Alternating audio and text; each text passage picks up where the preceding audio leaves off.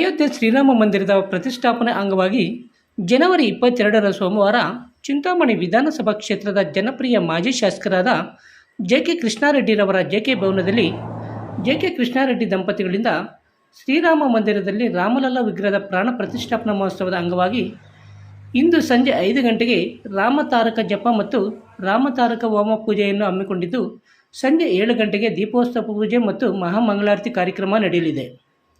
ಈ ಕಾರ್ಯಕ್ರಮದಲ್ಲಿ ತಾಲೂಕಿನ ಎಲ್ಲ ಮುಖಂಡರು, ಕಾರ್ಯಕರ್ತರು ಕಾರ್ಯಕ್ರಮದಲ್ಲಿ ಭಾಗವಹಿಸಿ ಕಾರ್ಯಕ್ರಮವನ್ನು ಯಶಸ್ವಿಗೊಳಿಸುವಂತೆ ಮಾಜಿ ಶಾಸಕ ಜೆ.ಕೆ. ಕೃಷ್ಣಾರೆಡ್ಡಿರವರು ಮನವಿ ಮಾಡಿದ್ದಾರೆ.